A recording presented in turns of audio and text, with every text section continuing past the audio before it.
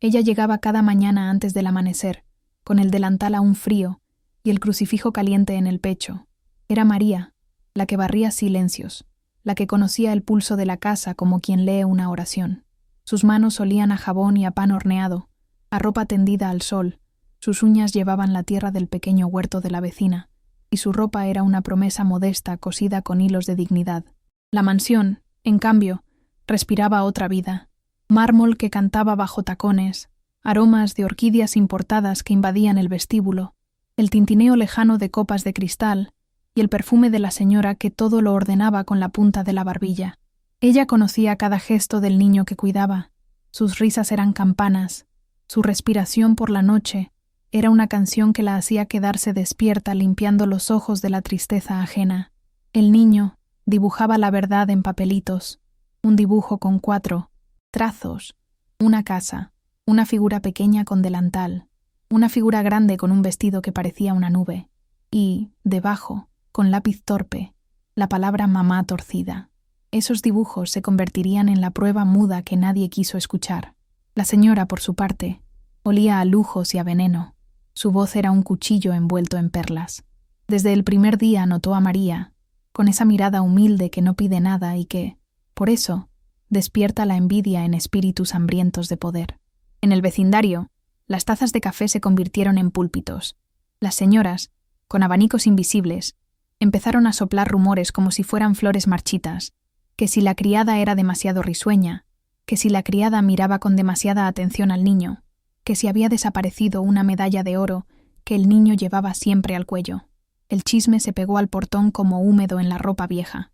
Una tarde, cuando la lluvia comenzó a dibujar líneas tristes en los cristales, la señora decidió que era hora de humillar. Organizó una especie de tribunal en la sala de estar. Las amigas, el administrador del hogar, el abogado de la casa y la vecina Cotilla en primera fila como juez de butaca. María fue obligada a entrar con las manos temblorosas, el delantal marcándole la cintura como una bandera de vergüenza. El suelo frío mordía sus pies. La señora levantó la voz, y cada palabra era una piedra. «¡Ramera!», gritó alguien entre los murmullos. La acusación salió como un proyectil. La medalla había desaparecido. La niña la llevaba puesta. Luego no, y María había estado sola con ella. La palabra culpable flotó y cayó sobre ella como lluvia ácida. El niño, confuso, sostuvo un papelito entre las manos y dijo con su voz de cereal: «Yo lo dibujé». Y nadie miró el dibujo que sostenía. Nadie quiso ver la figura pequeña con delantal y la figura grande con nube. La humillación fue un ritual. La señora ordenó que María se arrodillara en la alfombra persa con la espalda recta, como un acto de escarnio público. Las amigas cuchicheaban. Los tacones marcaban ritmos de condena, y el olor a lluvia y perfume se mezclaba en un asco que ella solo podía tragar con lágrimas que eran un río incontrolable. Ella rezó en silencio. Sus labios movieron una oración que era un hilo. «Señor, dame fuerza», murmuró, y en ese momento todo cambió. El millonario, el señor de la casa, que hasta entonces había sido una silueta cómoda al final del pasillo, apareció en el umbral. El eco de sus pasos fue un trueno. Nadie esperaba que él viera. Nadie esperaba que él, tantas veces ausente, se quedara petrificado al ver a María arrodillada. Su mirada, normalmente fría como acero bruñido, se quebró en algo parecido a incredulidad. La señora, con la boca en una curvatura que pretendía ser triunfo, esperaba el aplauso. Pero él dio un paso atrás y después volvió la espalda. Sí, le dio la espalda a su esposa por primera vez. Fue un giro simple, un movimiento que hizo callar a las voces. Fue un acto que sonó a sentencia distinta. La sala quedó suspendida como un reloj sin manecillas. «¿Qué hace?», susurraron las amigas. «No te vayas», gritó la señora, roja con la furia de quien no tolera que su poder tiemble. El millonario no habló. Su silencio fue una palabra más fuerte que un veredicto. Sus manos, acostumbradas a dar órdenes, permanecieron quietas. Para María, aquel gesto fue una brújula. La primera vez que vio que el hombre que sostenía la fachada no la sostendría siempre. Pero la señora no se rindió. La humillación debía consumarse. Ordenó que la despidieran allí mismo, que la sacaran por la puerta de servicio, que su delantal fuera despojado como un estandarte de vergüenza. La vecina Cotilla aplaudió como si asistiera al final de una obra. Las puertas se abrieron con un golpe que sonó a sentencia. La lluvia exterior aumentó, fría, como si el cielo reafirmara la injusticia de la tierra. María salió empapada, el crucifijo pegado a su carne, el dibujo del niño escondido en el bolsillo raspando su pierna. Durmió aquella noche en un banco, su única compañía el sonido del tránsito y el llanto lejano de su propia inocencia. Dormitar fue un viaje entre pesadillas y memorias de cuna. Una ventana arriba se iluminó y se cerró de golpe. Una puerta en la casa fuerte retumbó como un corazón que se cierra. En la mañana, los rumores ya habían crecido como hiedra venenosa, y el administrador, presionado por la señora, había firmado el papel de la expulsión con manos temblorosas. Ella, humillada y expulsada, en el punto más bajo, pensó en el dibujo del niño. Allí estaba la verdad, pequeña y torpe, y una promesa. La verdad era paciente. En la soledad de la noche, entre el murmullo de la lluvia y el abrazo de la calle, María habló como si escribiera un diario de clandestina. Si me quitan el techo, no me quitarán la fe. Si me rompen el nombre, renaceré de las cenizas como quien planta flores en el barro. Fue una oración, un monólogo que nadie escuchó pero que ardía. Mientras tanto, en la casa, la señora planificaba el siguiente acto: limpiar su reputación con más mentiras, invocar nuevas pruebas, traer testigos que repitieran la versión perfecta. El millonario, por su parte, quedó en silencio, con la espalda que había hablado por él. Y ese silencio se convirtió en una pregunta enorme que flotó sobre la ciudad. ¿Qué hará él ahora que por primera vez dio la espalda a quien lo había mandado siempre? ¿La defenderá o permitirá que el viento se lleve la verdad? En el bolsillo, el papelito del niño temblaba. La próxima mañana, alguien llamaría a la puerta con una noticia que cambiaría todo. ¿Quieres saber qué pasó después? Acompáñame en esta historia. María, aún con el crucifijo caliente contra el pecho y el dibujo del niño arrugado en el bolsillo, oyó el mundo girar con la lentitud de un reloj que ha decidido olvidar las horas. La mañana la encontró empapada, con el olor a tierra y a pan frío pegado a la ropa. Y la ciudad le sonó como una carcajada lejana. La humillación no había sido un acto aislado. Fue una escalada que comenzó como gota y terminó en inundación. La señora tejió nuevos rumores como quien cose un manto de espinas. La vecina Cotilla trajo pruebas falsas. Una cadena de plata que supuestamente había pertenecido al niño apareció en la bolsa de la lavandería donde María alguna vez había dejado una camisa, y la historia ganó cuerpo en la boca de la gente. La vimos con la cadena, la vimos salir a la noche, voces que no buscaban verdad sino espectáculo. La administradora, maniobrando papeles con uñas pintadas, redactó una carta que parecía sentencia, y un policía vino con una calma de oficina a preguntar por cosas que María no había hecho. La gente cercana a la casa se volvió tribunal y púlpito, y el derecho a la presunción de inocencia fue barrido como hojas secas en otoño. María fue llamada a declarar como si la confianza fuera un bien negociable. La llevaron a un cuarto frío donde el eco de sus pasos era un verdugo que medía cada latido. Le pidieron que extendiera las manos, y las marcas de la fatiga salieron a la vista.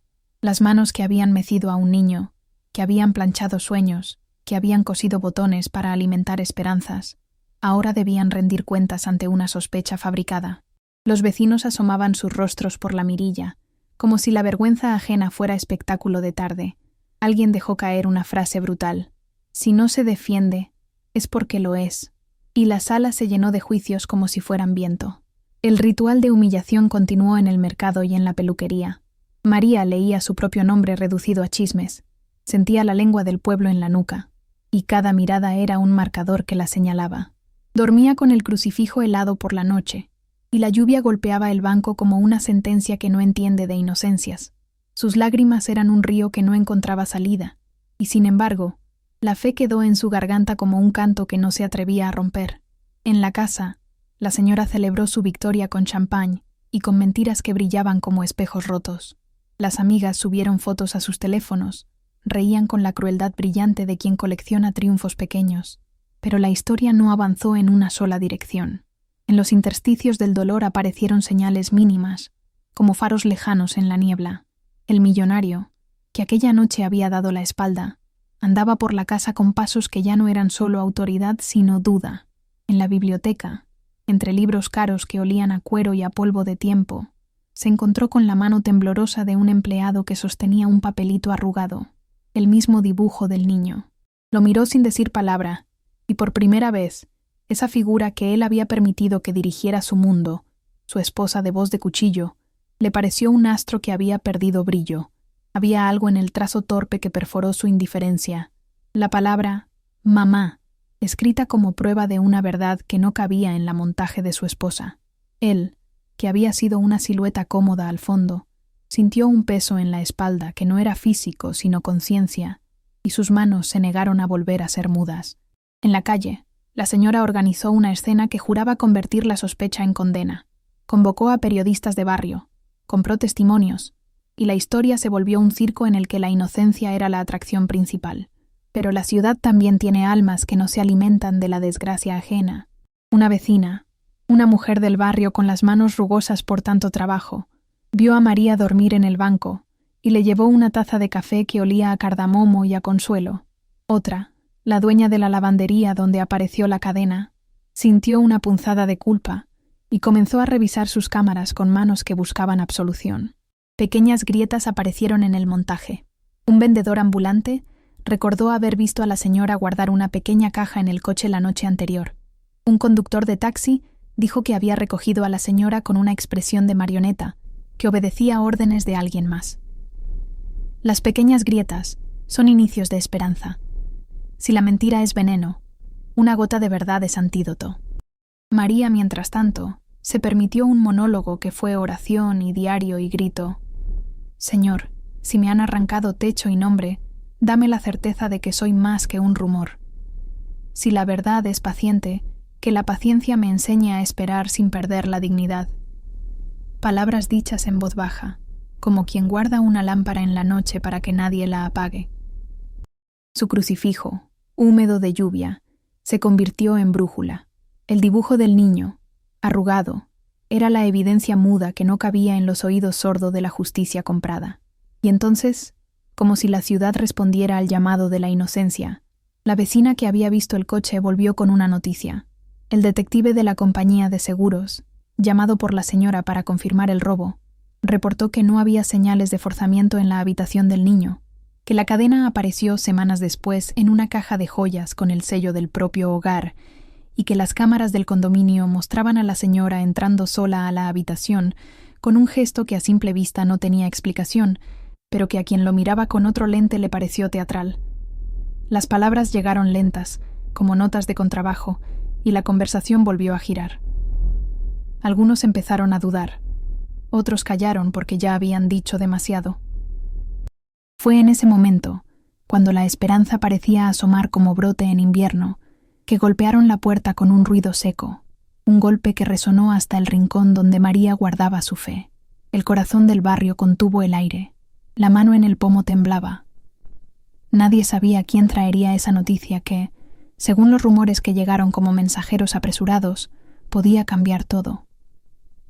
La puerta se abrió, y en el umbral apareció una figura cuyo sobre sellado brillaba con la luz del sol que se colaba entre nubes. Era alguien con un expediente, una fotografía y una verdad inesperada que no cabía en los guiones de la señora. ¿Qué diría la foto? ¿A quién señalaría? ¿Qué decisión tomaría el hombre que una vez dio la espalda y ahora miraba desde el corredor? El silencio fue un presagio. La mirada de María se encontró con el sobre, y por primera vez desde que la lluvia la había echado a la calle, sintió que la marea podía cambiar, pero la puerta apenas se cerró tras el visitante, y la historia, como el río, aún guarda giros que solo la siguiente orilla revelará. La puerta apenas se cerró tras el visitante, y la historia, como el río, aún guarda giros que solo la siguiente orilla revelará. El sobre quedó sobre la mesa de la cocina de la vecina que había acogido a María, como quien acoge a un milagro cubierto de barro, y cuando la mujer rompió el sello, el aire pareció detener su respiración. Dentro había una fotografía brillante, un papel con tinta húmeda y una nota con letra temblorosa. Para quien quiera ver la verdad. María la sostuvo con manos que olían a jabón y a lluvia, y al desplegarla vio lo que, por un instante, reconstruyó su mundo. La imagen mostraba la puerta del cuarto del niño entreabierta, la luz de la lámpara vertiendo oro sobre la alfombra y, En el centro, la señora inclinada como un cuervo que regresa al nido, la cadena brillando en su mano como si fuera un trofeo recién reclamado. El pulso de María hizo un eco en su garganta. El crucifijo cálido pegado al pecho parecía latir con ella. El dibujo del niño, arrugado en su bolsillo, sonrió con la torpeza de la verdad. «Esto cambia todo», murmuró la vecina, y el rumor, que ya era llovizna, comenzó a transformarse en viento. Fue la primera revelación. La sospecha que había pesado sobre María tenía, quizá, otro nombre. El detective de la aseguradora, al que nadie veía como aliado sino como un engranaje más en la maquinaria de la casa, había vuelto del archivo con la foto y con un examen preliminar que hablaba de contradicciones, sombras que no coincidían con las de la acusada, huellas de polvo que señalaban que la caja se había abierto por dentro, no desde afuera. Un pequeño grupo comenzó a murmurar, y la multitud que devora escándalos sintió una punzada de incomodidad. Ella, que había dormido en un banco y había cantado sus oraciones a la noche, por un momento creyó que la marea podía dar la vuelta. «Señor, si esta es la prueba, déjame sostenerla sin romperme», susurró en su monólogo íntimo, una oración que sonó como un diario al oído de quien la escuchara. «Si me devuelven el nombre, prometo no olvidar. Si la verdad duele, que me convierta en medicina». Pero la novela humana no permite alivios sencillos.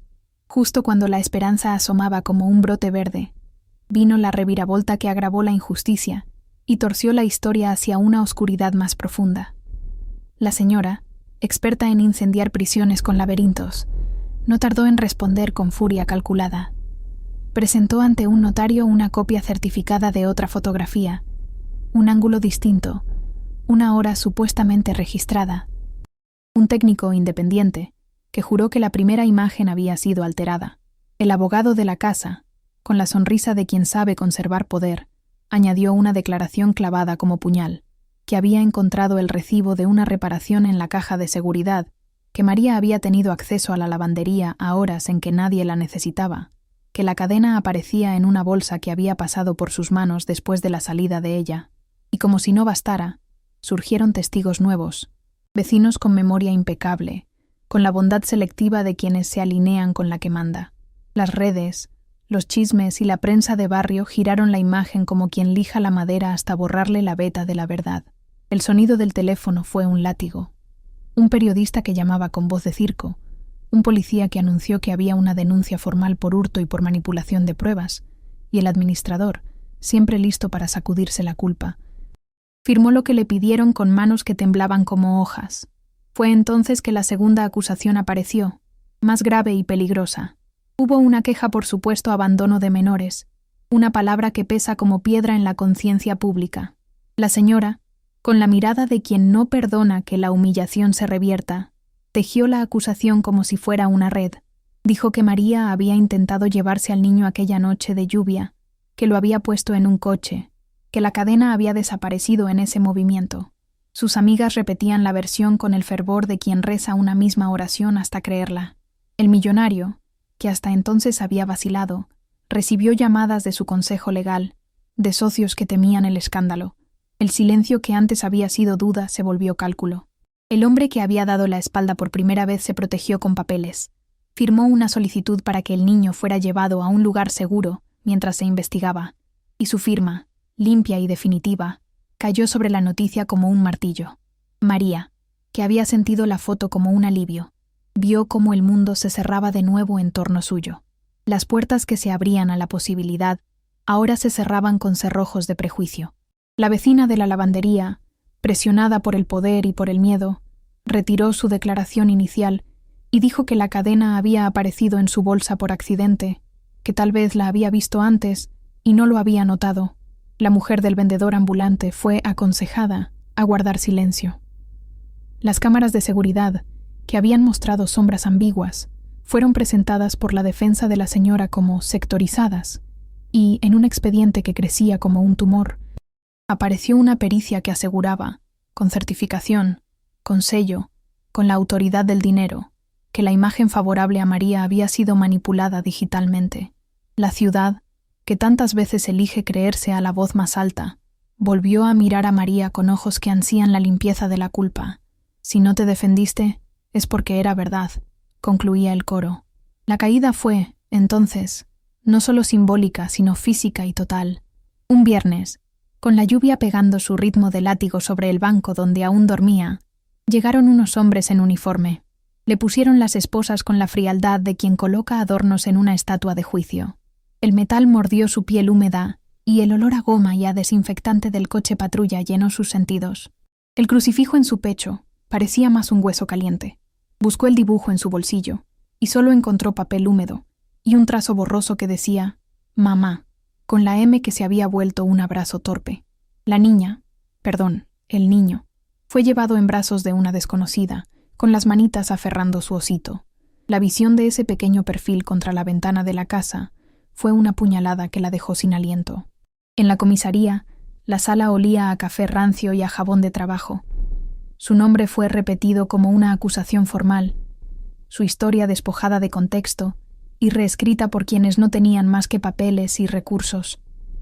El juez, un rostro curtido por tanto expediente, escuchó la versión templada por la señora y por el abogado del hogar.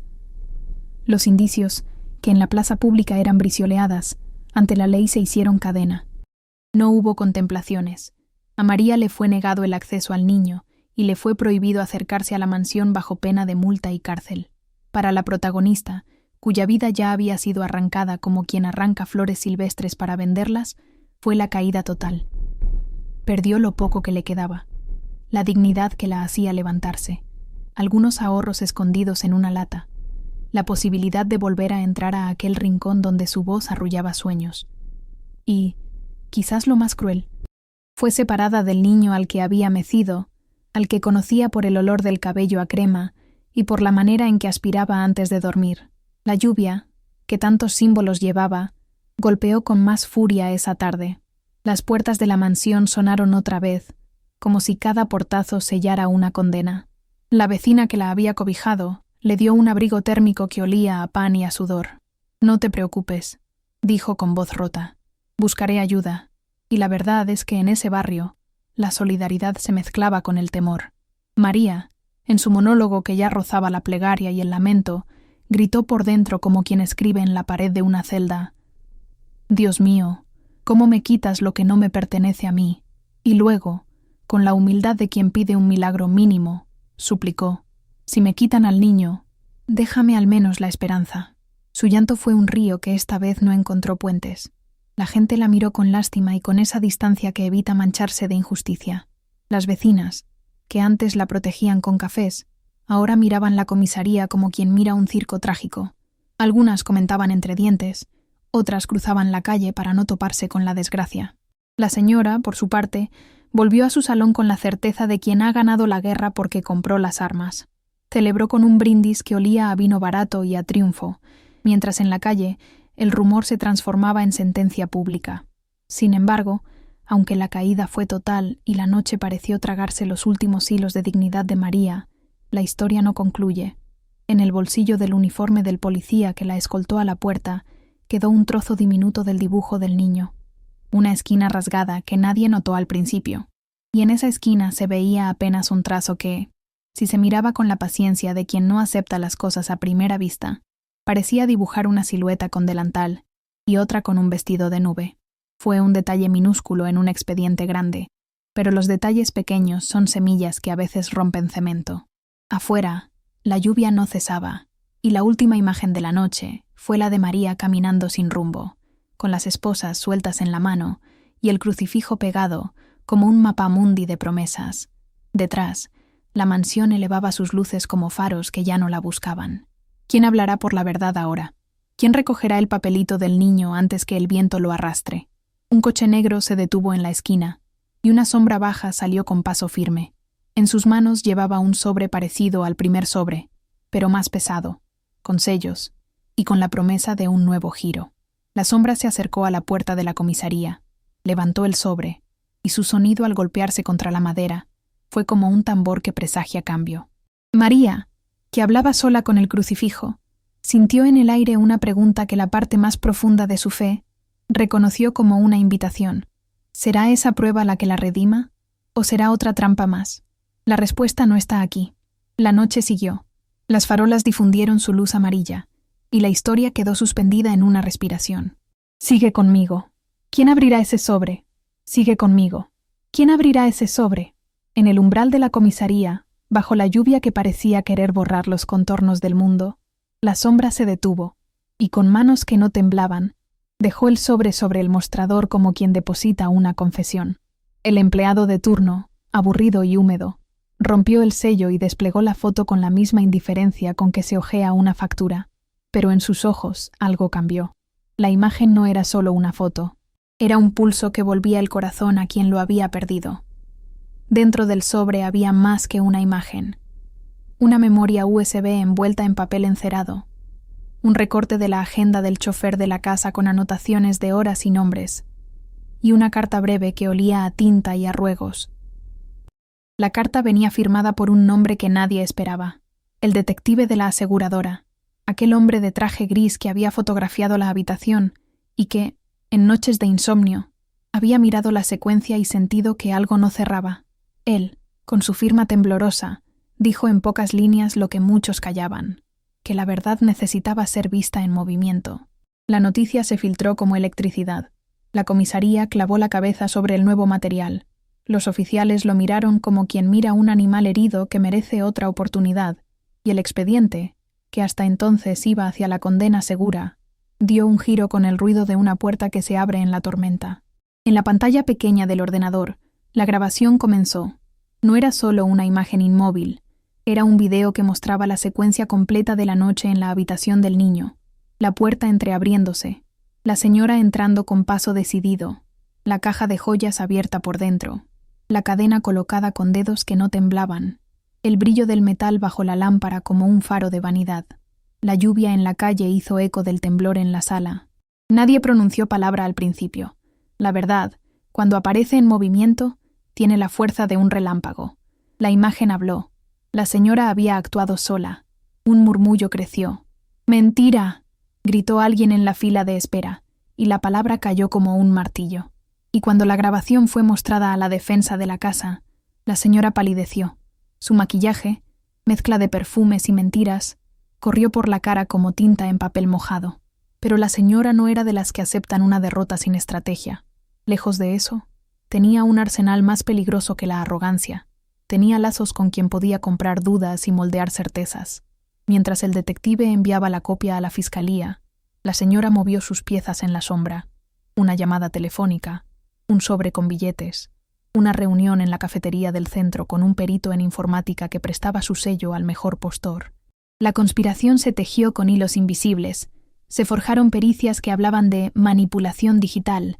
Se consiguió un certificado de autenticidad firmado por un laboratorio que, por cierto, había recibido una colaboración de la familia, y el abogado de la casa presentó una apelación fulminante, solicitando que el video fuera descartado por presunta alteración. Las manos que antes habían puesto la cadena ahora se movían con maña de ajedrecista. La noticia del video provocó dos reacciones. En el barrio, la gente se dividió. Algunos vinieron a la comisaría con fotografías en mano, otros resguardaron su silencio por miedo o conveniencia. En la mansión, la señora no se quedó quieta. Convocó a amigas poderosas, a periodistas complacientes, y puso en marcha una campaña para desacreditar la fuente.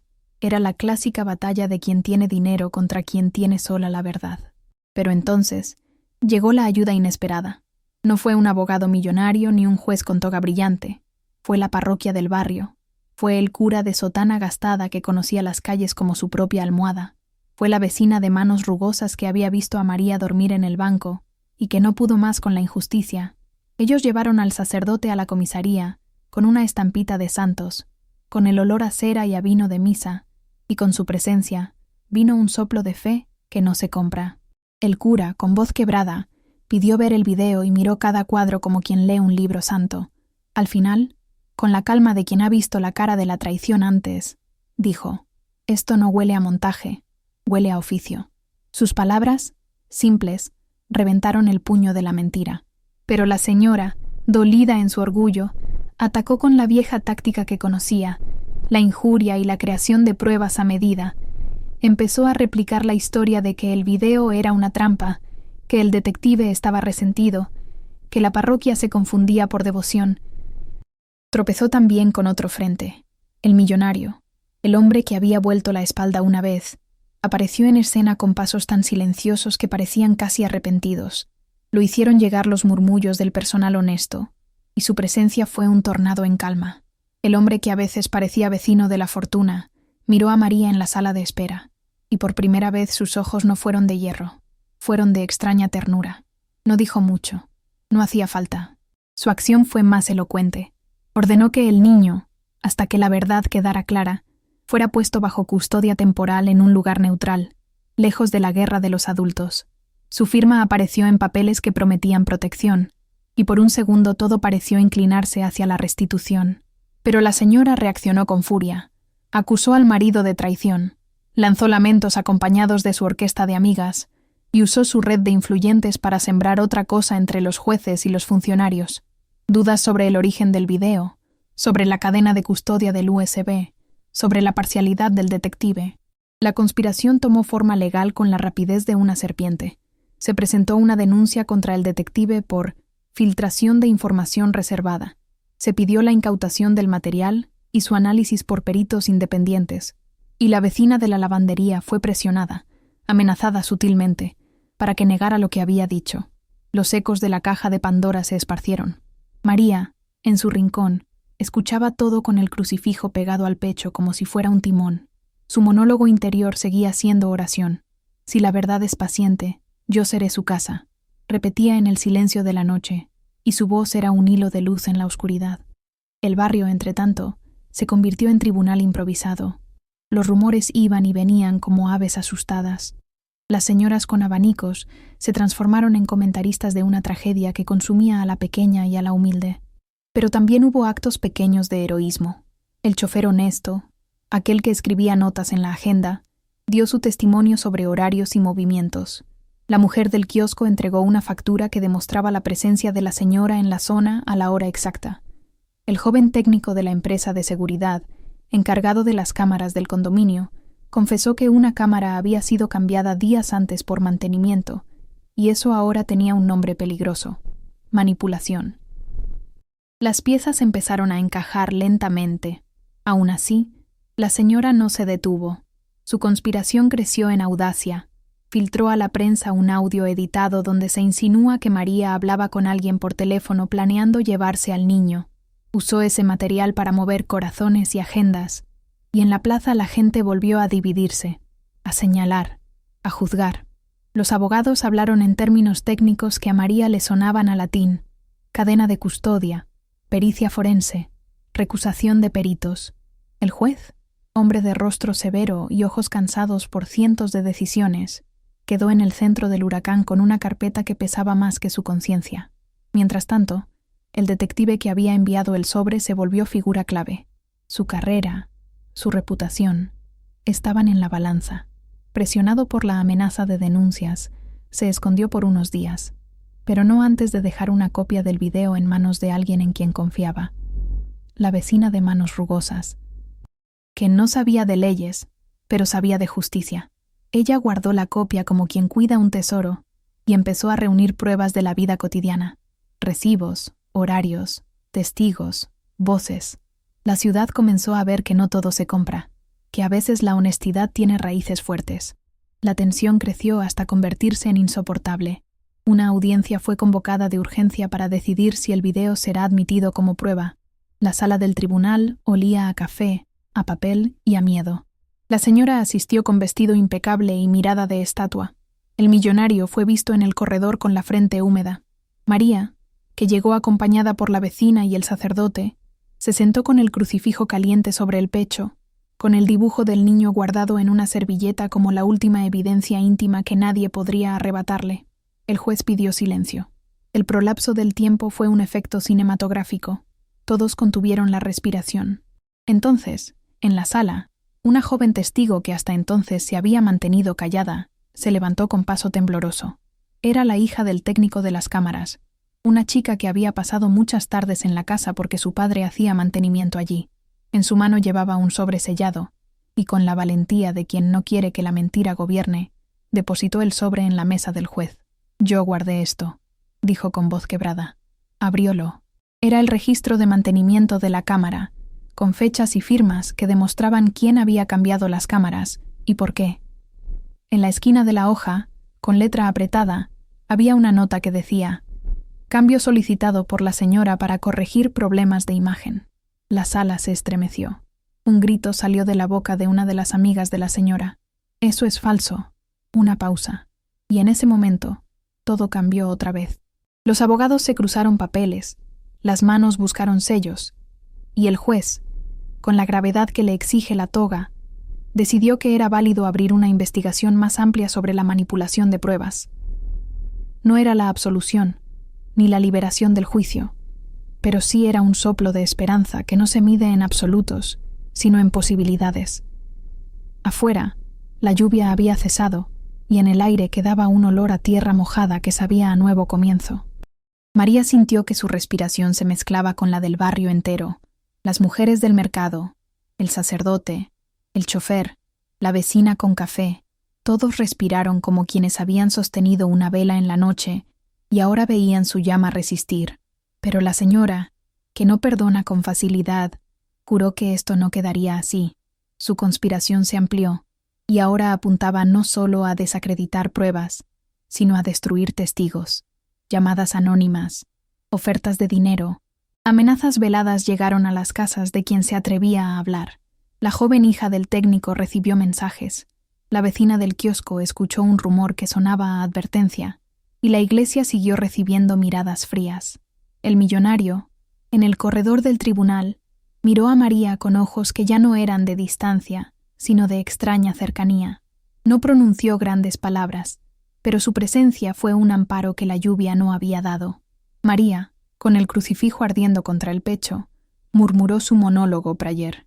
«Señor, que la verdad no se pierda en el ruido del oro. Si me devuelven al niño, no prometo olvido, pero sí prometo sanar». Su voz fue pequeña, pero llegó hasta quienes tenían oídos para oír. La audiencia terminó con una decisión provisional: abrir una pericia independiente, convocar a un perito imparcial y asegurar la custodia del material original. El juez fijó fecha para una nueva audiencia, y la fecha colgó en el aire como una promesa que aún no sabemos si se cumple. La conspiración de la señora, aunque herida, no estaba rota. Juró contraatacar, y sus peones ya se movían para presentar documentos nuevos que complicaran la trama. Y mientras la ciudad debatía, una última sorpresa aguardaba. En la cartera del abogado de la señora fue encontrado, por una cajera del banco con conciencia, un recibo que vinculaba pagos a la firma del perito que había certificado la supuesta manipulación. Ese recibo cayó en manos del detective honesto, quien lo guardó como quien guarda un tesoro para un momento preciso. La maquinaria de verdades y mentiras estaba en movimiento, y la sensación era la de un tren que acelera hacia un túnel donde nadie sabe qué espera. María salió del tribunal con la cara empapada por la lluvia que había vuelto a caer, pero esta vez las gotas parecían limpias. En su bolsillo llevaba el dibujo arrugado del niño, y en el alma una llama que no se apagaba. Afuera, la vecina le ofreció la mano y el sacerdote dijo una breve oración que sonó como un himno privado. El problema no estaba resuelto. La conspiración respiraba en las sombras y la posibilidad de ver al niño volvía a posarse como un ave que aún no ha decidido dónde anidar. La historia quedó con la palabra suspendida, con la promesa de que la próxima audiencia decidiría quién tenía el derecho de nombrar verdad y quién tendría que cargar con la culpa. Y en ese silencio lleno de preguntas, en la noche que cerraba su manto, María miró al cielo como quien mira un rostro amigo y preguntó en su interior, en su monólogo que era plegaria y resistencia: si me piden que luche por lo que es mío, ¿cómo no me desgasto si solo tengo la fe y las manos? La respuesta no llegó. Lo que quedó fue la expectativa, la sensación de que algo grande estaba por revelarse, y una pregunta que atravesaba a todos. ¿Qué harías tú si hubieras sido señalada sin pruebas? Si la susurro multitud te convirtiera en culpable, antes que la verdad tuviera la oportunidad de hablar, ¿qué habrías hecho tú en mi lugar? María no respondió a su propia pregunta. Se levantó con las manos temblorosas y el crucifijo caliente pegado al pecho, como si fuera un timón que la guió hacia lo que debía hacerse. La mañana que siguió a la audiencia amaneció con un cielo que lloró en silencio, gotas pequeñas como dedos que casi no tocaban la tierra, y ella caminó hacia la casa de la vecina con el sobre apretado entre los dedos, como si llevara un sacramento. En la mesa de la cocina, entre tazas que olían a café y a esperanza, la vecina desplegó con manos ásperas los nuevos papeles. Un recibo del banco con números escritos con tinta corrida, una transferencia que enlazaba la cuenta del perito con una empresa fantasma que tenía como único cliente la señora de la mansión, una copia del archivo del laboratorio, manchada con notas a mano que decían «pagado» y «urgente», y una factura del florista del centro, con la hora exacta que coincidía con los movimientos registrados por la cámara cambiada días antes. El aire se espesó. El olor a papel húmedo era una promesa. María leyó como quien recita una plegaria, y cada palabra fue una llave que abría puertas. Su monólogo interno se convirtió en un rezo. «Señor, si esta es la verdad, déjame sostenerla sin romperme, que mis manos no tiemblen más que el miedo». El detective honesto, el de traje gris que había puesto su integridad en riesgo, llegó con una carpeta nueva, el análisis forense que deshacía la pericia comprada, con firmas verificadas y una cadena de custodia completa, y además, una confesión breve que había arrancado a un perito nervioso que, ante la posibilidad de perderlo todo, habló como quien suelta una piedra del alma. «Me pagaron», dijo el perito en documento legalizado. «Me ofrecieron trabajo, me ofrecieron silencio». La lectura de esa frase fue como una detonación. La ciudad pareció contener la respiración. El chofer honesto, con la camisa manchada del trabajo, entregó su agenda manchada de tinta, nombres, horas, entradas y salidas del coche de la señora. En una anotación, a las 12 de la noche figuraba joyero, caja, revisar, y el detalle coincidía con la hora del video. El técnico de cámaras, temblando, admitió que el mantenimiento había sido solicitado por instrucciones verbales de la señora. Su voz era un hilo. Todas las piezas, pequeñas y sucias, empezaron a calzar en una imagen que no dejaba lugar a dudas. La señora había fabricado el teatro. María sintió que el río de sus lágrimas cambiaba de cauce. Ya no era solo dolor, era agua que limpiaba una roca incrustada. «¡Mentira!», exclamó alguien en voz baja en la esquina del comedor. El susurro se volvió murmullo, el murmullo se volvió rumor, y el rumor se volvió un grito cuando la fiscalía, con la rapidez que exige la urgencia de la justicia, pidió la apertura de una investigación penal por manipulación de pruebas y denuncia falsa. La noticia corrió por la ciudad como pólvora seca. La señora, que acostumbraba a mandar como quien respira, sintió por primera vez el aire comprimido de la crisis. Su perfume costoso, mezcla de gardenia y miedo, llenó la sala cuando un oficial se acercó con una orden judicial. El millonario, de pie en el corredor de la mansión, con la mano sobre el respaldo de una silla que parecía tener la forma de su vida, miró todo con la gravedad de quien se encuentra a sí mismo en un espejo que no perdona. Fue él quien pidió que se hiciera público el material, que no quedara nada en sombras, que vean la verdad. Dijo con voz que no era ya de acero, sino de madera agrietada por la duda. La señora reaccionó con una risa que fue veneno en botella de cristal. «¡Farsa!», gritó. Sus amigas hicieron coro, pero los documentos miraban y no mentían. La transferencia, la nota de pago, la confesión firmada, eran testigos que no se compraban fácil. Entonces la fiscalía organizó una audiencia improvisada, no en un tribunal solemne, sino en la misma sala de la mansión, para que la ciudad presenciara lo que el dinero no debía borrar. El salón, siempre oloroso a orquídeas importadas y a bragados secretos, se convirtió en anfiteatro. Las luces brillaron con crueldad. Los vecinos se apiñaron en el umbral. La vecina Cotilla, con su abanico de falsa compasión, intentó esconder su rostro. La cámara del detective se proyectó en la pared como un crucifijo moderno. Cuadros que no mienten. Cuando el video corrió, la escena fue un relámpago de verdad. La señora entrando con paso calculado, la caja abierta, la cadena colocada con dedos que no dudaron, la calma de la traición filmada en oro. La sala cayó como se calla ante un sacramento o ante un veredicto.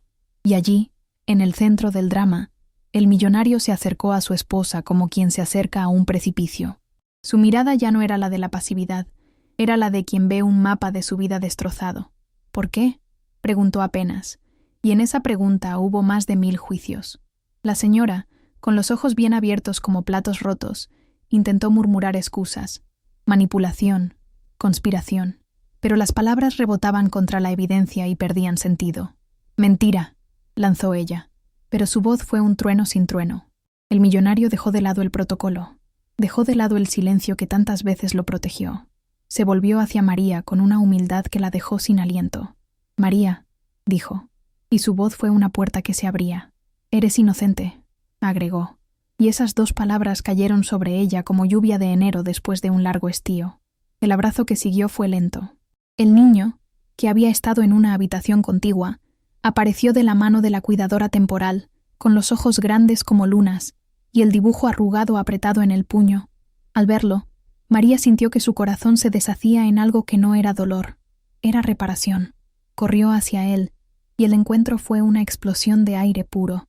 Sus manos olían a champú y a luna, su cabello a cuentos de noche, y cuando el niño se lanzó a los brazos de María, la sala entera se deshizo en silencio. «¡No!», gritó la señora, y la palabra fue un intento de detener un tren. La fiscal, firme como la ley que no se compra, pidió que se procediera conforme a derecho. Detención por falsedad ideológica, manipulación de pruebas y denuncia calumniosa. Los oficiales, con la profesionalidad de quien sabe que las riquezas no eximen de la ley, esposaron a la mujer. El metal chocó contra su muñeca, y el sonido fue idéntico al de las puertas que se cierran en el alma de los poderosos. La señora miró al millonario con odio puro, y antes de ser llevada, dijo una frase que fue promesa y amenaza. «Esto no termina aquí». Su voz tembló, pero no de arrepentimiento. Tembló de furia. La procesión de cámaras, vecinos y murmullos acompañó la salida. En la acera, la lluvia empezó de nuevo, esta vez como señal de lavado. La gente aplaudió o lloró dependiendo de su hambre de justicia. María, con la ropa aún impregnada de la mansión y con el crucifijo caliente en la garganta, sostuvo al niño como quien guarda un milagro. Él se acurrucó y murmuró algo apenas audible. «Mamá», la palabra que con su torpeza había puesto la verdad en marcha desde el primer dibujo. María cerró los ojos y en su monólogo interior dijo una oración larga y rota. «Señor, he esperado tanto que ahora que llega la luz, no sé si merezco tanto candor. Dame fuerzas para no convertirme en aquello que vencimos, rencor». Era una promesa de perdón antes de conocer el precio del perdón. Era la humildad que sana.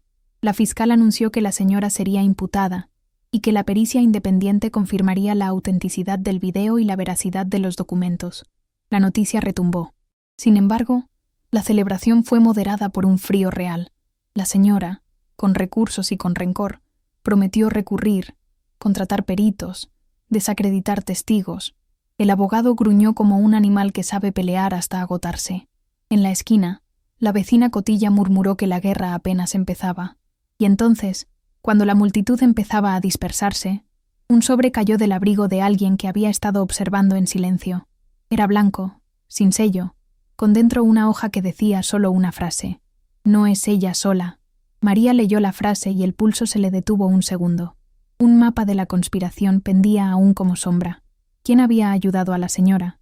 ¿Quién había facilitado los pagos? ¿Qué manos ocultas seguían moviendo hilos? El detective, con la mirada cansada pero firme, levantó la vista y dijo: «Tenemos el inicio, no el final». Fue una frase que sonó a promesa y a desafío. En la distancia, la mansión encendió sus luces como el faro que muestra lo que una vez fue falso brillo. En el pecho de María, el crucifijo ardía con la fatiga de la noche y con la paz momentánea de haber sido escuchada. La ciudad respiró un poco más tranquila, pero la pregunta quedó colgando en el aire húmedo. ¿Quién más estará dispuesto a pagar para que la verdad vuelva a ser silencio? La señora, bajo custodia, dejó escapar un último grito que parecía más una advertencia que una súplica. La historia había dado un gran vuelco. La justicia pública había señalado al villano, la humillación había encontrado su reverso, y el niño volvía al regazo de la inocencia. Pero en la penumbra, donde los motines de poder se planean, alguien todavía movía fichas.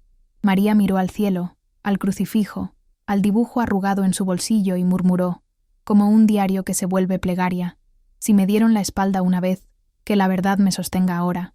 Si la justicia duele, que también cure». Y en la puerta, Mientras la ciudad murmuraba y la lluvia lavaba las pisadas de la noche, quedó una promesa en el aire. Al final, la verdad siempre brilla más fuerte que el oro. ¿Pero será suficiente para cerrar todas las puertas que se abrieron con la mentira? La respuesta aún estaba en camino. La narradora, que se llamaba María en voz de otros, y que se nombraba a sí misma como quien mira su reflejo desde la distancia, sintió el aire vibrar como una cuerda de guitarra cuando la ciudadanía empezó a cantar una nota de justicia. El barrio olía a tierra mojada y a café recalentado. Los zapatos de goma marcaban huellas que parecían versos en la calle, y en su pecho el crucifijo seguía caliente, punzante, como el recuerdo de una promesa. Durante días las piezas siguieron cayendo como gotas de una lluvia que ya no quería ocultarse. El detective de traje gris, con ojeras y con la honestidad de quien ya no tiene más que la verdad, trajo más pruebas, un correo electrónico, un número de cuenta con transferencias escritas en letra de molde, recibos de restaurantes con conversaciones anotadas al margen, grabaciones de llamadas donde la voz de la señora sonaba segura, y detrás de ella, otra voz, la del administrador que hacía años controlaba las llaves de los secretos. Su susurro en un audio fue un cuchillo envuelto en papel. Lo hacemos así y nadie sabrá. El hallazgo fue una apertura de luz. No era solo vanidad, era oficio. En la cocina de la vecina, donde María leía los papeles con las manos temblorosas, el olor a pan se mezclaba con el metal de la verdad. La vecina, con sus dedos callosos apretando la taza, masculló: «Esto huele a red», y la palabra caló. Cada documento era una hebra que, unida a otra, formaba una soga alrededor del poder falso. La gente del barrio vino como vino la primavera, unos con flores, otros con miedo. El cura repitió oraciones como quien fortalece un muro, y el chofer honesto, con la garganta áspera de tanto decir la verdad, se presentó en la fiscalía con el brillo de la culpa en los ojos ajenos. «Yo lo llevé», dijo en una sala donde los ventiladores giraban lento como relojes que miden paciencia. Confesó haber hecho viajes nocturnos, que una vez parecieron inofensivos, y que ahora eran la arteria de la mentira. Llevar cajas, cambiar llaves, abrir puertas por pedido. El administrador, apretado por la evidencia, empezó a traquetear como un títere sin hilo. «Fue orden», murmuró. El susurro fue dinamita. María, que seguía siendo narradora y personaje a la vez, vivía cada palabra como un olor que le entraba por la nariz y la hacía respirar distinto. La injusticia, que había sido su sombra por semanas, ahora temblaba ante el sol de los papeles. Sus monólogos internos eran plegarias y diarios abiertos. «Si la verdad es paciente, yo seré su guardiana», repetía, y sus labios, secos por la emoción, devolvían la frase al cielo como quien lanza una semilla al viento. Mientras tanto, en la mansión, la señora ya no era solo una figura con vestido de nube, se convirtió en un núcleo de cólera que agitaba a sus amigas como banderas. Hablaba en tono venenoso. Su perfume, antes de gloria, ahora olía a miedo. Gardenias sobre tinta. El millonario, cuya espalda había hablado antes, caminaba los corredores como quien lleva en su cuerpo la grieta de la duda. Sus pasos resonaban sobre mármol y en sus manos se veía la muesca de la conciencia. Las uñas tenían tierra de decisiones que no sabía cómo plantar. Fue él quien, esa tarde, decidió que era momento de enfrentar la verdad en la boca del hipódromo de su propio salón.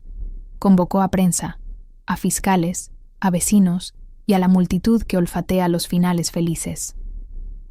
La narradora describió la escena con todos los sentidos. Las lámparas colgaban como frutos de vidrio, el olor a crema de manos se mezclaba con olor a miedo, las cámaras zumbaban como insectos atraídos por la luz, y el niño, con ojos de luna, sostenía el dibujo arrugado como si fuese un amuleto. «Que salga ella», pidió el hombre con la voz quebrada por meses de silencio. La señora apareció con pasos que antes mandaban y que ahora parecía que pedían permiso al aire. Su vestido, impecable, parecía hecho de mentiras bien cosidas. La sala contuvo la respiración. El millonario la miró, y por primera vez no hubo una sombra de duda. En sus manos, la verdad tenía el peso de una orden. «Explique usted misma», dijo, y en la frase hubo más juicio que cualquier sentencia.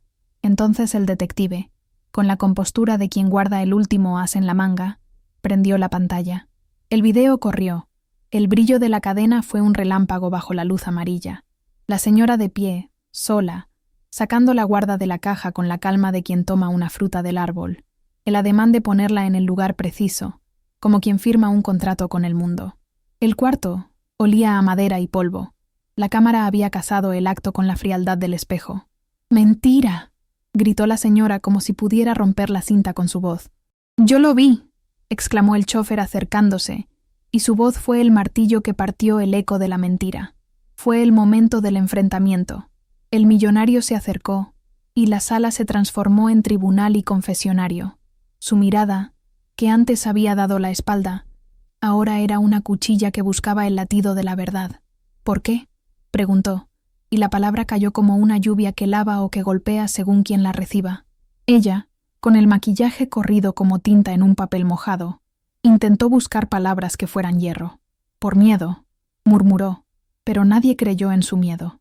El administrador, que hasta ese momento había respirado gracias al silencio comprado, cayó en rodillas y dijo: «Nos ordenaron, nos ofrecieron». La confesión sonó como cadena.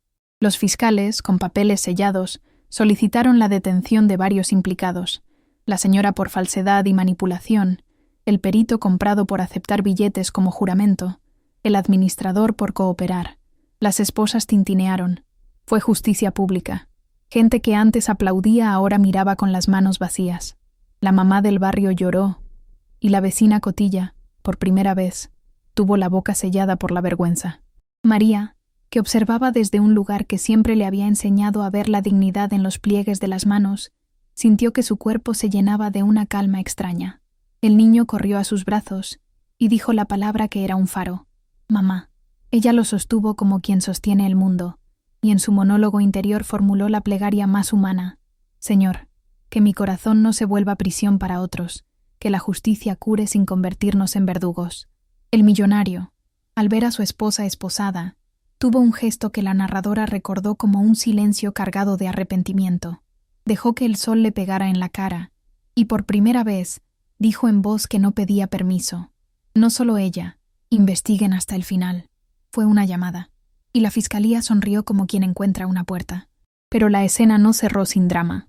La señora, antes de ser conducida, dejó caer una frase afilada que voló sobre la multitud como una bala: «Si caigo yo, otros caerán conmigo».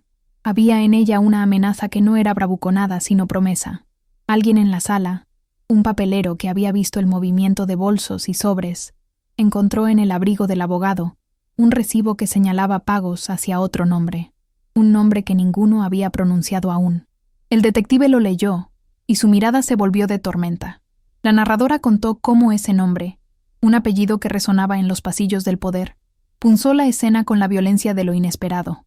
«No es ella sola», dijo la chica del técnico con la voz baja, y la frase se quedó colgada. El público se preguntó quién más tejía la red.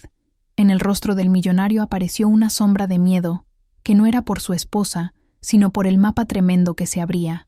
Entonces, en el momento en que la multitud creía que la justicia había dado un paso firme, un celular sonó en la bancada, una llamada anónima, con voz distorsionada, que pronunció una última advertencia antes de colgar: «Si tocan más hilos, caerán las puertas».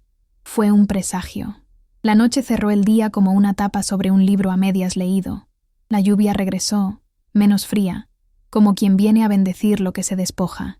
María, con el niño dormido en brazos y el crucifijo caliente en la garganta, miró al cielo y dijo en su monólogo que era oración y decisión: «Si hay más manos que sostienen la mentira, iremos hasta encontrar sus dedos. Si el poder calla, que la verdad aprenda a gritar». Pero la historia le debía algo más. En el bolsillo del abrigo del chofer honesto apareció un papel nuevo, doblado en 4, con letras que no había visto nadie. Al abrirlo, la frase que hallaron fue simple y helada: «No confíes en la próxima cara amable». Fue un golpe suave y punzante. La fiscalía prometió seguir. El detective se aferró al recibo y al sobre, y la mansión quedó con menos luces encendidas. La ciudad, esa noche, durmió con la sensación de que la mar había retrocedido, pero que la marea podía volver. Y así, mientras la lluvia limpiaba los últimos pasos de la jornada y la vecina barría lo que quedaba de papel en la acera, La narradora dejó caer su último pensamiento en voz baja, como quien cierra un diario por la noche. La verdad fue encontrada, pero no toda. Hay manos aún bajo las mesas, y esas manos no se detendrán sin que alguien las nombre. Un golpe en la puerta, en la madrugada, respondió. Un mensajero sin rostro. Dejó un sobre sellado con cera oscura y dentro, apenas una tarjeta con un solo apellido, el que nadie quería pronunciar, y una invitación escrita con tinta fría. Reúnanse al amanecer. La narradora sintió en la boca el sabor de la inquietud. La ciudad respiró, pero el blanco de la noche no perdonó la suspicacia.